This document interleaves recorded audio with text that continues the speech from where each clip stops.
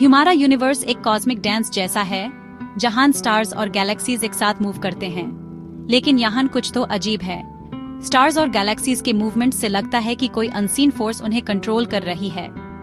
इस mysterious force को हम डार्क मैटर कहते हैं। इमेजिन करो, एक बड़ा सा हॉल है जहां डांसर्स डांस कर रहे हैं, लेकिन आप उन्हें देख नहीं सकते। सिर्फ उनके मूवमेंट से पता चलता है कि कोई तो है। डार्क मैटर भी ऐसा ही है। हम यूज देख नहीं सकते, लेकिन स्टार्स और गैलेक्सीज पर उसके ग्रेविटी का इफेक्ट क्लियरली विजिबल है। डार्क मैटर एक बड़ा ही मिस्ट्री है। ये हमें बताता है कि हम यूनिवर्स के बारे में कितना कम जानते हैं। हमारा यूनिवर्स अजीब मिस्ट्री से भरा हुआ है और डार्क मैटर उनमें से एक है। डार्क मैटर एक ऐसी चीज है जो यूनिवर्स में मैटर का बड़ा हिस्सा बनाता है। ये एक ऐसी चीज है जो हमें डायरेक्टली नजर नहीं आती, लेकिन इसका असर हमारे आसपास हर जगह महसूस होता है। डार्क मैटर का कॉन्सेप्ट पहली बार 1930s में सामने आया, जब साइंटिस्ट ने देखा कि गैलेक्सीज की मूवमेंट उनकी विजिबल मास से मैच नहीं करती थी। ये एक ऐसी चीज थी जो उन्हें समझ नहीं आ रही थी, और तब से लेकर आज तक ये एक बड़ी मिस्ट्री बनी हुई है। लेकिन हम जो मैटर देखते हैं, डार्क मैटर उससे बिल्कुल अलग है। ये मैटर हमारे आसपास के हर चीज से अलग है, क्योंकि ये किसी भी तरह से लाइट के साथ इंटरैक्ट नहीं करता। हमारे आसपास जो भी चीज हम देखते हैं वो लाइट के साथ इंटरैक्ट करती है, चाहे वो लाइट को रिफ्लेक्ट करे, अब्सॉर्ब करे या इमिट करे। लेकिन डार्क मैटर ऐसा कुछ भी नहीं करता। ये लाइट के साथ इंटरैक्ट नहीं करता, न तो ये लाइट इमिट करता है, न अब्सॉर्ब करता है, और न ही रिफ्लेक्ट करता है। ये एक इनविजिबल फोर्स की तरह है जो हमारे यूनिवर्स में छुपी हुई है। ये एक ऐसी चीज है जो हमारे टेलीस्कोप्स से देखने में नहीं आती, लेकिन इसका असर हमारे आसपास हर जगह महसूस होता है। ये एक ऐसी चीज है जो हमारे यूनिवर्स के स्ट्रक्चर को बनाने में मदद करती है, इसलिए हम इसे अपने टेलीस्कोप से देख नहीं सकते। हमारे टेलीस्कोप सिर्फ उस चीज को देख सकते हैं जो लाइट के साथ इंटरैक्ट करती है, लेकिन डार्क मैटर लाइट के साथ इंटरैक्ट नहीं करता, इसलिए हम इसे डायरेक्टली देख नहीं सकते। लेकिन इसका मतलब ये नहीं है कि ये एग्जिस्ट नहीं करता। हम इसे इनडायरेक्टली देख सकते हैं। इसका असर देखकर मुश्किल ये है कि हम डार्क मैटर को देख नहीं सकते, लेकिन हम जानते हैं कि ये एग्जिस्ट करता है क्योंकि ये विजिबल मैटर पर अपना ग्रेविटेशनल इफेक्ट डालता है। जैसे हम देखते हैं कि गैलेक्सीज की मूवमेंट उनकी विजिबल मास से मैच नहीं करती, वैसे ही हम देखते हैं कि डार्क मैटर का ग्रेविटेशनल इफेक्ट विजिबल मैटर पर पड़ता है। ये एक ऐसी चीज है जो हमारे यूनिवर्स की स्ट्रक्चर को बनाने में मदद करती है। जैसे अर्थ की ग्रेविटी हमें जमीन से चिपकाए रखती है, वैसे ही डार्क मैटर की ग्रेविटी स्टार्स और गैलेक्सीज को कंट्रोल करती है। ये एक ऐसी चीज है जो हमारे यूनिवर्स के स्ट्रक्चर को बनाने में मदद करती है। डार्क मैटर की ग्रेविटी इतनी पावरफुल है कि ये स्टार्स और गैलेक्सीज को एक साथ बनाए रखती है, और ये हमारे यूनिवर्स के स्ट्रक्चर को बनाने में मदद करती है। डार्क मैटर ऑर्डिनरी मैटर की रूल्स फॉलो नहीं करता। ये एक ऐसी चीज है जो हमारे यूनिवर्स के स्ट्रक्चर को बनाने में मदद करती है। ये एक ऐसी चीज है जो हमारे यूनिवर्स के स्ट्रक्चर को बनाने में मदद करती है।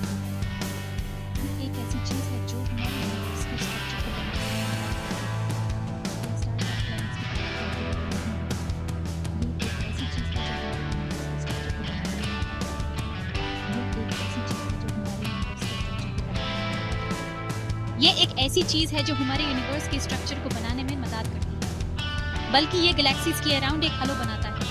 ये एक ऐसी चीज है जो हमारे यूनिवर्स के स्ट्रक्चर को बनाने में मदद करती है। ये एक ऐसी चीज है जो हमारे यूनिवर्स के स्ट्रक्चर को बनाने में मदद करती है। ये एक ऐसी चीज है जो हमारे यूनिवर्स के स्ट्रक्चर को बनाने में मदद करती है। डार्क मैटर का मिस्ट्री बहुत गहरा है। ये एक ऐसी चीज है जो हमारे यूनिवर्स के स्ट्रक्चर को बनाने में मदद करती है। ये एक ऐसी चीज है जो हमारे यूनिवर्स के स्ट्रक्चर को बनाने में मदद करती है। ये एक ऐसी चीज है जो हमारे यूनिवर्स के स्ट्रक्चर को बनाने में मदद करती है। ये हमें यूनिवर्स के बारे में नई सोच देता है। ये एक ऐसी चीज है जो हमारे यूनिवर्स के स्ट्रक्चर को बनाने में मदद करती है। ये एक ऐसी चीज है जो हमारे यूनिवर्स के स्ट्रक्चर को बनाने में मदद करती है। ये एक ऐसी चीज है जो हमारे यूनिवर्स के स्ट्रक्चर को बनाने में मदद करती है। डार्क मैटर की कहानी शुरू होती है 1930s में एक एस्ट्रोनॉमर फ्रिट्ज ज़्विकी के साथ। ज़्विकी, जो एक स्विस अमेरिकन एस्ट्रोनॉमर थे, उन्होंने पहली बार डार्क मैटर का कॉन्सेप्ट प्रपोज किया। उनका काम, जो उस वक्त रेवोल्यूशनरी था, आज भी एस्ट्रोफिजिक्स में एक कॉर्नरस्टोन माना जाता है। ज़्विकी कॉमा क्लस्टर स्टडी कर रहे थे, जो गैलेक्सीज का एक ग्रुप है। ये क्लस्टर, जो हमसे करीब 300 मिलियन लाइट ईयर्स दूर है, उनके रिसर्च का मेन फोकस था। उन्होंने देखा कि ये गैलेक्सीज एक्सपेक्टेड स्पीड से ज्यादा फास्ट मूव कर रही थी। उन्होंने देखा कि गैलेक्सीज स्पीड से मूव कर रही थी जो विजिबल मैटर के हिसाब से पॉसिबल नहीं था। ये ऑब्जर्वेशन उनके लिए एक बड़ी मिस्ट्री थी। ज़्विकी ने सोचा कि अगर सिर्फ विजिबल मैटर होता तो गैलेक्सीज इतनी फास्ट मूव नहीं कर सकती थी। ज़्विकी ने कैलकुलेट किया कि कुछ तो अनसीन मैस है, जिसे उन्होंने डंकल मटीरी, German word for dark matter, कहा, जो क्लस्टर को पकड़े हुए है। ये अनसीन मैस जो विजिबल मैटर से ज्यादा था, गैलेक्सीज को ग्रेविटेशनल पुल से बंधे रखता था। उस समय उनकी बातों को सीरियसली नहीं लिया गया, लेकिन उन्होंने आगे की डिस्कवरीज के लिए फाउंडेशन रख दी। ज़्विकी की थ्योरीज को उस वेकुटी के साइंटिस्ट ने इग्नोर किया, लेकिन उनका काम फ्यूचर के रिसर्चर्स के लिए एक रोड मैप बन गया। कुछ डिकेड्स बाद 1970s में एस्ट्रोनॉमर वेरा रूबिन ने नई ऑब्जर्वेशंस की जिससे डार्क मैटर की एग्जिस्टेंस की और प्रूफ्स मिले। रूबिन, जो एक अमेरिकन एस्ट्रोनॉमर थी, उन्होंने गैलेक्सीज की रोटेशन कर्व्स स्टडी किए और ज़्विकी के काम को आगे बढ़ाया। रूबिन स्पाइरल गैलेक्सीज की रोटेशन स्टडी कर रही थी।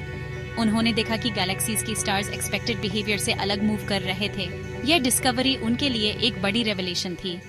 उन्हें लगा था कि गैलेक्सीज के सेंटर से दूर स्टार्स सेंटर के पास की स्टार्स से स्लो मूव करेंगे। ये एक्सपेक्टेशन न्यूटोनियन फिजिक्स की प्रिंसिपल्स पर बेस्ड थी, जो उस वेकिटी तक एक्सेप्टेड थे। लेकिन उन्होंने देखा कि गैलेक्सीज के आउटस्कर्ट्स में स्टार्स भी समय स्पीड से मूव कर रहे थे। ये ऑब्जर्वेशन उनके लिए एक बड़ी सरप्राइज थी, क्योंकि ये न्यूटोनियन फिजिक्स की अगेंस्ट था। यह सिर्फ तभी पॉसिबल है जब गैलेक्सीज की अराउंड इनविजिबल मैटर का एक हलो हो। रूबिन ने कंक्लूड किया कि ये इनविजिबल मैटर, जो डार्क मैटर है, गैलेक्सीज की रोटेशन को इन्फ्लुएंस कर रहा था। रूबिन की रिसर्च ने गैलेक्सीज के बारे में हमारी समझ बढ़ा दी और डार्क मैटर की एग्जिस्टेंस की स्ट्रॉन्ग प्रूफ्स दिए। उनका काम, जो इनिशियली कंट्रोवर्शियल था, आज डार्क मैटर की फील्ड में एक माइलस्टोन माना जाता है। रूबिन और ज़्विकी की कंबाइंड एफर्ट्स ने डार्क मैटर की कॉन्सेप्ट को एक सॉलिड फाउंडेशन दिया, जो आज भी एस्ट्रोफिजिक्स की रिसर्च का एक इंटीग्रल पार्ट है। डार्क मैटर का एग्जिस्टेंस सिर्फ असम्पशंस पर बेस्ड नहीं है। ये एक ऐसी चीज है जिसका हमने डायरेक्टली ऑब्जर्व नहीं किया, लेकिन इसका असर हम यूनिवर्स के हर कोने में देख सकते हैं। ये एक इनविजिबल फोर्स है जो हमारे आसपास के मैटर पर अपना प्रभाव डालती है।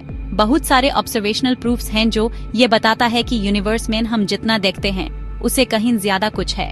ये कुछ ऐसा है जो हमारे टेलीस्कोप्स से डायरेक्टली दिखाई नहीं देता, लेकिन इसका ग्रेविटेशनल पुल हम क्लियरली मेजर कर सकते हैं। एक स्ट्रॉन्ग प्रूफ ग्रेविटेशनल लेंसिंग से मिलता है। ग्रेविटेशनल लेंसिंग एक ऐसा फिनोमेनन है जिसमें लाइट अपनी सीधी लाइन से हटकर बेंड हो जाती है जब वो किसी मैसिव ऑब्जेक्ट के पास से गुजरती है। ये मैसिव ऑब्जेक्ट डार्क मैटर भी हो सकता है। इमेजिन करो कि एक दूर गैलेक्सी से लाइट हमारी तरफ आ रही है। ये लाइट एक स्ट्रेट लाइन में ट्रैवल करती है, लेकिन अगर बीच में कोई मैसिव ऑब्जेक्ट आ जाए तो ये लाइट बेंड हो जाती है। अगर बीच में कोई मैसिव ऑब्जेक्ट, जैसे कि डार्क मैटर से भरा हुआ गैलेक्सीज का ग्रुप हुआ, तो उसकी ग्रेविटी लाइट को बेंड कर देगी। ये बेंडिंग इतनी सब्टल हो सकती है कि हमें डायरेक्टली दिखाई नहीं देती, लेकिन एडवांस टेलीस्कोप्स और इंस्ट्रूमेंट से हम इस बेंडिंग को मेजर कर सकते हैं। लाइट की बेंडिंग को ग्रेविटेशनल लेंसिंग कहते हैं, और ये एक कॉस्मिक मैग्नीफाइंग ग्लास की तरह काम करता है जो बैकग्राउंड गैलेक्सी की लाइट को डिस्टॉर्ट और मैग्नीफाई करता है।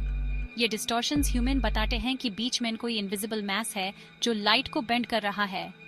डिस्टॉर्टेड इमेजेस को स्टडी करके एस्ट्रोनॉमर्स स्पेसमैन मैस का डिस्ट्रीब्यूशन मैप कर सकते हैं, चाहे वो मैस इनविजिबल ही क्यों ना हो। ये मैप्स ह्यूमन बताते हैं कि डार्क मैटर का डिस्ट्रीब्यूशन कैसा है और ये विजिबल मैटर के साथ कैसे इंटरैक्ट करता है।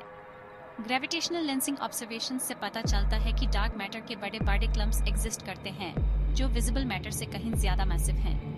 ये क्लम्प्स गैलेक्सीज और गैलेक्सी क्लस्टर्स के आसपास पाए जाते हैं और इनका ग्रेविटेशनल पुल विजिबल मैटर को इन्फ्लुएंस करता है। एक और proof cosmic microwave background radiation से मिलता है जो बिग बैंग के बाद से आज तक यूनिवर्स में मौजूद है। CMB एक ऐसी रेडिएशन है जो अर्ली यूनिवर्स के बारे में ह्यूमन वैल्यूएबल इंफॉर्मेशन देती है। CMB अर्ली यूनिवर्स की ग्लिम्स दिखाता है। ये रेडिएशन हमें बताती है कि यूनिवर्स कैसे इवॉल्व हुआ और कैसे आज के लार्ज स्केल स्ट्रक्चर्स पेन। CMB में टेम्परेचर फ्लक्चुएशंस अर्ली यूनिवर्स में मैटर के डिस्ट्रीब्यूशन के बारे में बताते हैं। ये फ्लक्चुएशंस हमें बताते हैं कि अर्ली यूनिवर्स में मैटर का डिस्ट्रीब्यूशन बिल्कुल यूनिफॉर्म नहीं था। ये फ्लक्चुएशंस बताते हैं कि अर्ली यूनिवर्स बिल्कुल स्मूथ नहीं था। ये डेंसिटी फ्लक्चुएशंस ही आगे चलकर गैलेक्सीज और गैलेक्सी क्लस्टर्स बनाने में मदद करते हैं, बल्कि इसमें कुछ एरियाज डेंस थे और कुछ कम डेंस। ये वेरिंग डेंसिटीज ही आगे चलकर डिफरेंट स्ट्रक्चर्स बनाते हैं जो आज हम यूनिवर्स में देखते हैं। ग्रेविटी की वजह से बिलियंस ऑफ ईयर्स में ये डेंसिटी फ्लक्चुएशंस और बैठ गए, और ये फ्लक्चुएशंस ही गैलेक्सीज और गैलेक्सी क्लस्टर्स बनाने में मदद करते हैं, जिससे यूनिवर्स का लार्ज स्केल स्ट्रक्चर बना, जिसमें गैलेक्सीज और गैलेक्सी क्लस्टर्स एक स्पेसिफिक पैटर्न में अरेंज्ड हैं, जिसमें गैलेक्सीज कॉस्मिक वेब्स की तरह एक साथ जुड़े हैं। ये कॉस्मिक वेब डार्क मैटर के ग्रेविटेशनल पुल की वजह से बना है, जो विजिबल मैटर को एक स्पेसिफिक पैटर्न में अरेंज करता है।